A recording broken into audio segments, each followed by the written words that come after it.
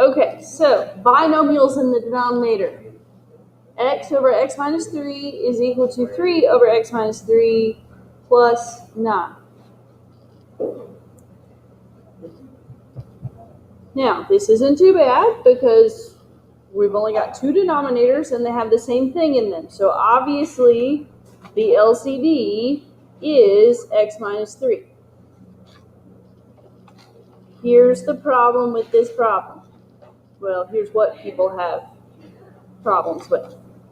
They forget to multiply the 9. You've got to, just like with the complex fractions, you have to multiply every term. Anytime you see a plus, minus, or an equal, that separates terms. So you have to multiply the 9 by the x minus 3 or you will not get the correct answer. So for the first two, it cancels. So we're left with x equals 3 plus, to save myself some space, I'm going to go ahead and distribute. 9x minus 27. Okay, so x equals 9x minus 24.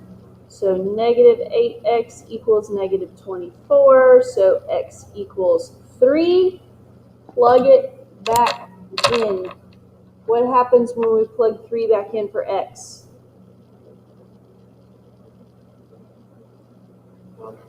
Nothing? What happens when we plug 3 back in for x in this problem? It's that thing I said. It's extraneous. Why is it extraneous? Because you can't divide by 0. When we plug 3 in, we get 0 in the denominator. So yes, this is what we call an extraneous solution. We got it when we solved the equation, but when we plug it back in, x cannot equal 3 because it gives us 0 in the denominator. So this one is no solution. Okay, this one is no solution. That happens sometimes, okay? Yes, sir. You just plug it back into the original problem.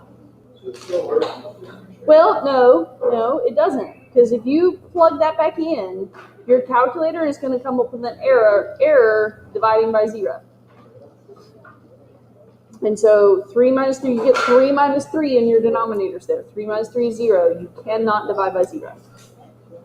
Okay? You got to look for things like that with these. Okay. This one does not, this one has a solution, I promise. Okay? 3 over x plus 3 is equal to 5 over 2x plus 6 plus 1 over x minus 2.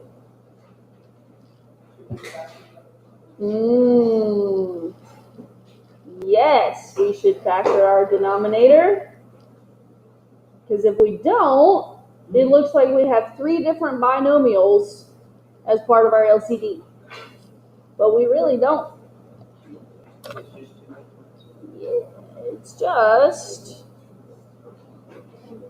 x plus 3, 2, and x minus 2. So, I mean, it does have 2 parts to it. Or, well, technically 3. Okay? But it's not as big as it originally appeared to be because there is that overlap. So our LCD is 2, x plus 3, and x minus 2. Okay? Why? Look at that. I know a little bit. Multi-talented teacher up here.